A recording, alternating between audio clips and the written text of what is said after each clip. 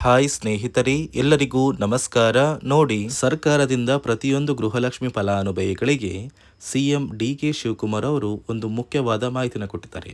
ಸುಮಾರು 4,30,000ಕ್ಕಿಂತ ಅಧಿಕ ಮಹಿಳೆಯರ ಬ್ಯಾಂಕ್ ಖಾತೆಗೆ ಗೃಹಲಕ್ಷ್ಮಿ ಹಣ ಇನ್ನು ಮುಂದೆ ಕ್ಯಾನ್ಸಲ್ ಆಗ್ತಾ ಇದೆ.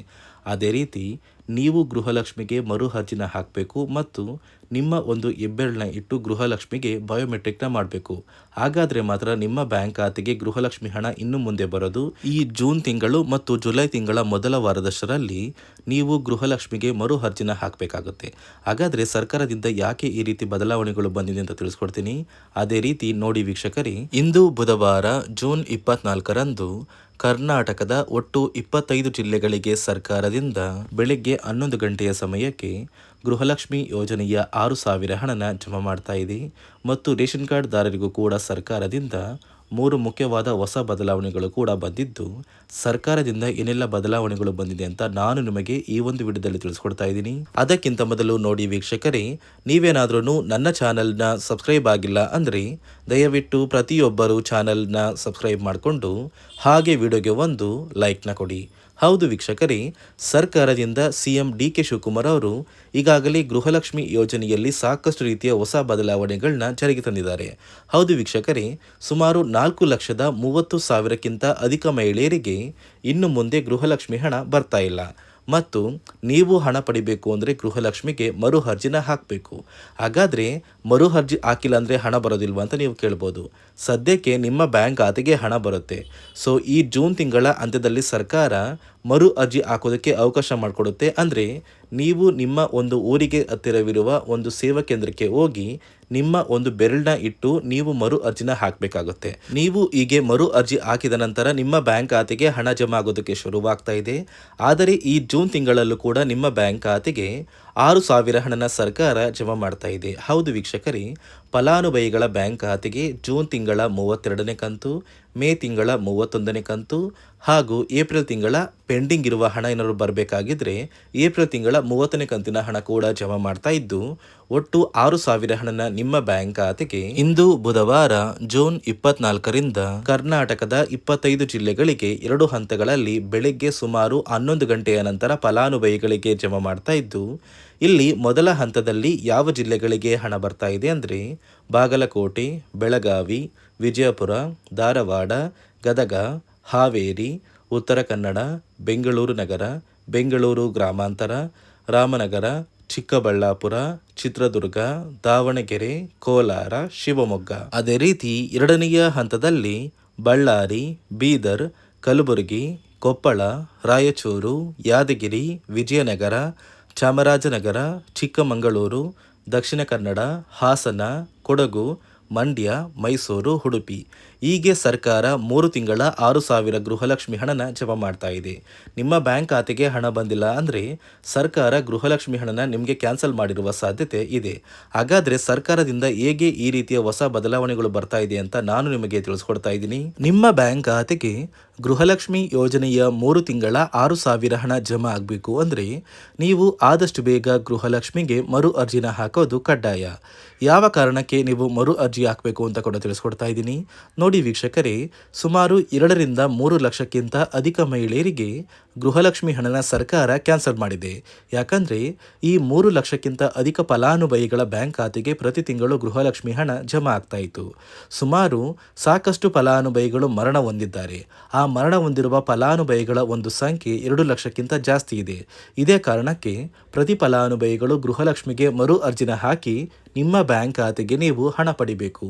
ಇಲ್ಲಿ ಮರು ಅರ್ಜಿ ಹಾಕುವ ಮೂಲಕ ಸರ್ಕಾರಕ್ಕೆ ನೀವು ಇನ್ನೂ ಕೂಡ ಗೃಹಲಕ್ಷ್ಮಿ ಹಣನ ಪಡಿತಾ ಇದ್ದೀರಿ ಅಂತ ತಿಳಿದು ಬರುತ್ತೆ.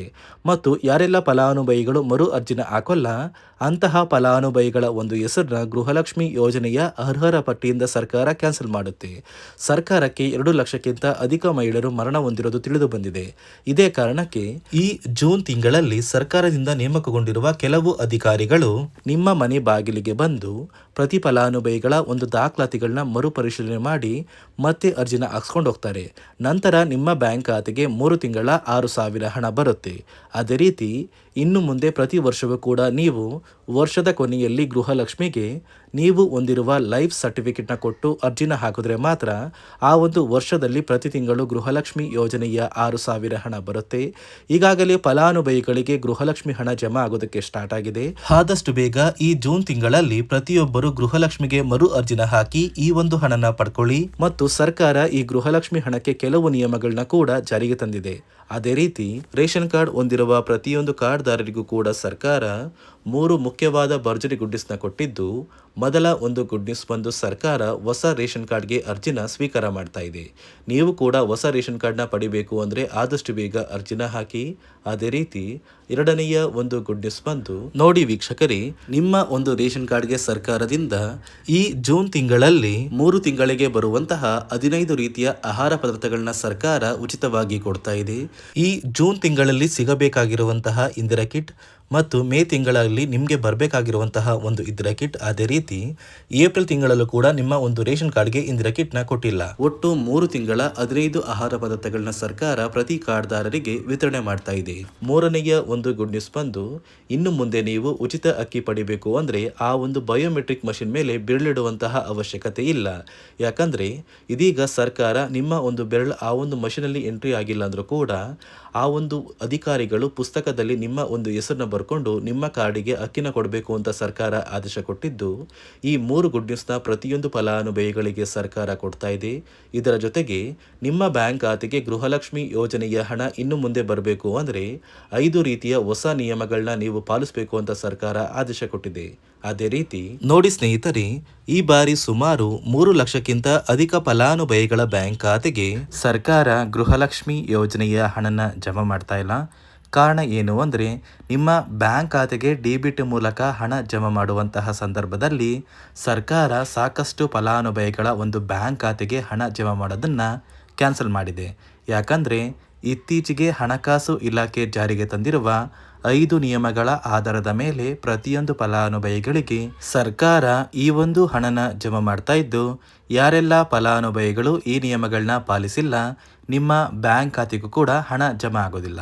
ಹಾಗಾದರೆ ಬನ್ನಿ ಸ್ನೇಹಿತರೆ, ಸರ್ಕಾರ ಜಾರಿಗೆ ತಂದಿರುವ ಆ 5 ಹೊಸ ನಿಯಮಗಳು ಏನು ಅಂತ ನಾನು ನಿಮಗೆ ತಿಳಿಸ್ಕೊಡ್ತಾ ಇದ್ದೀನಿ.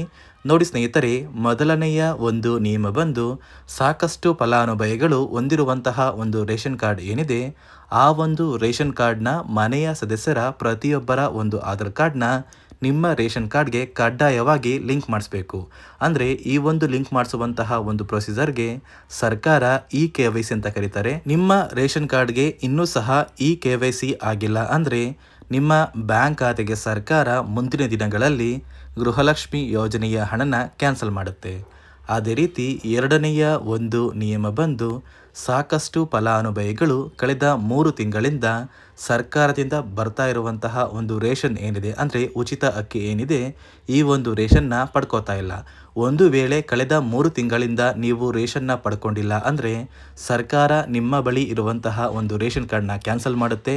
ನಿಮ್ಮ ರೇಷನ್ ಕಾರ್ಡ್ನ ಸರ್ಕಾರ ಕ್ಯಾನ್ಸಲ್ ಮಾಡಿದ್ರೆ ನಿಮ್ಮ ಬ್ಯಾಂಕ್ ಖಾತೆಗೆ ಗೃಹಲಕ್ಷ್ಮಿ ಯೋಜನೆಯ ಹಣ ಇರ್ಬೋದು ಮತ್ತು ಸರ್ಕಾರದಿಂದ ಬರುವಂತಹ ಒಂದು ಸೌಲಭ್ಯಗಳನ್ನ ನೀವು ಕಳ್ಕೋಬೇಕಾಗುತ್ತೆ. ಅದೇ ರೀತಿ ಮೂರನೆಯ ಒಂದು ನಿಯಮ ಬಂದು ನೋಡಿ ಸ್ನೇಹಿತರೆ, ನಿಮ್ಮ ಬಳಿ ಇರುವಂತಹ ಒಂದು ಆಧಾರ್ ಕಾರ್ಡ್ ಏನಿದೆ ಆ ಒಂದು ಆಧಾರ್ ಕಾರ್ಡ್ನ ಕಳೆದ 15 ವರ್ಷಗಳಲ್ಲಿ ನೀವು ಯಾವುದೇ ರೀತಿಯ ಒಂದು ತಿದ್ದುಪಡಿನ ಮಾಡಿಸಿಲ್ಲ ಅಂದರೆ ನಿಮ್ಮ ಬ್ಯಾಂಕ್ ಖಾತೆಗೆ ಸರ್ಕಾರ ಗೃಹಲಕ್ಷ್ಮಿ ಯೋಜನೆಯ ಹಣನ ಕ್ಯಾನ್ಸಲ್ ಮಾಡುತ್ತೆ. ಯಾಕಂದರೆ ಸರ್ಕಾರದಿಂದ ಬಂದಿರುವಂತಹ ಒಂದು ಆದೇಶದ ಪ್ರಕಾರ ಪ್ರತಿಯೊಂದು ಫಲಾನುಭವಿಗಳು ಕಳೆದ 15 ವರ್ಷಗಳಲ್ಲಿ ಯಾವುದೇ ರೀತಿಯ ಒಂದು ತಿದ್ದುಪಡಿನ ನಿಮ್ಮ ಆಧಾರ್ ಕಾರ್ಡ್ಗೆ ನೀವು ಮಾಡಿಸಿಲ್ಲ ಅಂದರೆ ಕಡ್ಡಾಯವಾಗಿ ಆದಷ್ಟು ಬೇಗ ನಿಮ್ಮ ಆಧಾರ್ ಕಾರ್ಡ್ಗೆ ತಿದ್ದುಪಡಿನ ಮಾಡಿಸಿ. ಅದೇ ರೀತಿ ನಾಲ್ಕನೆಯ ಒಂದು ನಿಯಮ ಬಂದು ನಿಮ್ಮ ಕುಟುಂಬದ ಒಂದು ವಾರ್ಷಿಕ ಆದಾಯ 7 ಲಕ್ಷಕ್ಕಿಂತ ಕಡಿಮೆ ಇರಬೇಕು. ಒಂದು ವೇಳೆ ನಿಮ್ಮ ಕುಟುಂಬದ ವಾರ್ಷಿಕ ಆದಾಯ 7 ಲಕ್ಷಕ್ಕಿಂತ ಜಾಸ್ತಿ ಇದ್ದರೆ ನಿಮ್ಮ ಬ್ಯಾಂಕ್ ಖಾತೆಗೆ ಸರ್ಕಾರ ಗೃಹಲಕ್ಷ್ಮಿ ಯೋಜನೆಯ ಹಣನ ಕ್ಯಾನ್ಸಲ್ ಮಾಡುತ್ತೆ. ಅದೇ ರೀತಿ ಐದನೆಯ ಒಂದು ನಿಯಮ ಬಂದು ನಿಮ್ಮ ಕುಟುಂಬದ ಸದಸ್ಯರು ಅಥವಾ ಗೃಹಲಕ್ಷ್ಮಿ ಯೋಜನೆಯ ಫಲಾನುಭವಿಗಳು ಯಾರು ಕೂಡ ಸರ್ಕಾರಿ ನೌಕರರಾಗಿ ಕಾರ್ಯನಿರ್ವಹಿಸ್ತಾ ಇರಬಾರ್ದು. ಒಂದು ವೇಳೆ ನಿಮ್ಮ ಕುಟುಂಬದಲ್ಲಿ ಯಾರೇ ಆಗಿದ್ರೂ ಸರ್ಕಾರಿ ನೌಕರರಾಗಿ ಕಾರ್ಯನಿರ್ವಹಿಸ್ತಾ ಇದ್ದರೆ ನಿಮ್ಮ ಬ್ಯಾಂಕ್ ಖಾತೆಗೆ ಗೃಹಲಕ್ಷ್ಮಿ ಯೋಜನೆಯ ಹಣ ಕ್ಯಾನ್ಸಲ್ ಆಗುತ್ತೆ. ಈ 5 ನಿಯಮಗಳ ಆಧಾರದ ಮೇಲೆ ಪ್ರತಿಯೊಂದು ಫಲಾನುಭವಿಗಳಿಗೆ ಸರ್ಕಾರ ಹಣ ಜಮಾ ಮಾಡ್ತಾ ಇದೆ. ಒಂದು ವೇಳೆ ನೀವು ಈ 5 ನಿಯಮಗಳನ್ನ ಪಾಲಿಸಿಲ್ಲ ಅಂದರೆ ನೀವು ಕೂಡ ಗೃಹಲಕ್ಷ್ಮಿ ಯೋಜನೆಯ ಹಣದಿಂದ ವಂಚಿತರಾಗಬೇಕಾಗುತ್ತೆ. ನೋಡಿ ವೀಕ್ಷಕರೇ, ಸರ್ಕಾರದಿಂದ ಪ್ರತಿ ಫಲಾನುಭವಿಗಳ ಬ್ಯಾಂಕ್ ಖಾತೆಗೆ ಇಂದು ಬುಧವಾರ ಜೂನ್ 24ರಂದು ಒಟ್ಟು 3 ತಿಂಗಳ 6,000 ಗೃಹಲಕ್ಷ್ಮಿ ಹಣ ಬರ್ತಾ ಇದೆ ಮತ್ತು ರೇಷನ್ ಕಾರ್ಡ್ದಾರರಿಗೂ ಕೂಡ ಭರ್ಜರಿ ಗುಡ್ ನ್ಯೂಸ್ನ ಕೊಟ್ಟಿದೆ. ಅದೇ ರೀತಿ ಆದಷ್ಟು ಬೇಗ ಪ್ರತಿಯೊಬ್ಬರು ಗೃಹಲಕ್ಷ್ಮಿಗೆ ಮರು ಅರ್ಜಿನ ಹಾಕಿ ಮತ್ತು ಮುಂದಿನ ದಿನಗಳಲ್ಲಿ ಹಣನ ಪಡ್ಕೊಳ್ಳಿ ಅಂತ ಹೇಳ್ತಾ, ಇದಿಷ್ಟು ಸರ್ಕಾರದಿಂದ ಬಂದಿರುವ ಮಾಹಿತಿಯಾಗಿದ್ದು, ನಾನು ಕೊಟ್ಟಿರುವ ಮಾಹಿತಿ ನಿಮಗೆ ಇಷ್ಟ ಆಗಿದ್ದಲ್ಲಿ ನನ್ನ ಚಾನಲ್ನ ಸಬ್ಸ್ಕ್ರೈಬ್ ಮಾಡಿಕೊಂಡು ಹಾಗೆ ವಿಡಿಯೋಗೆ ಒಂದು ಲೈಕ್ನ ಕೊಡಿ.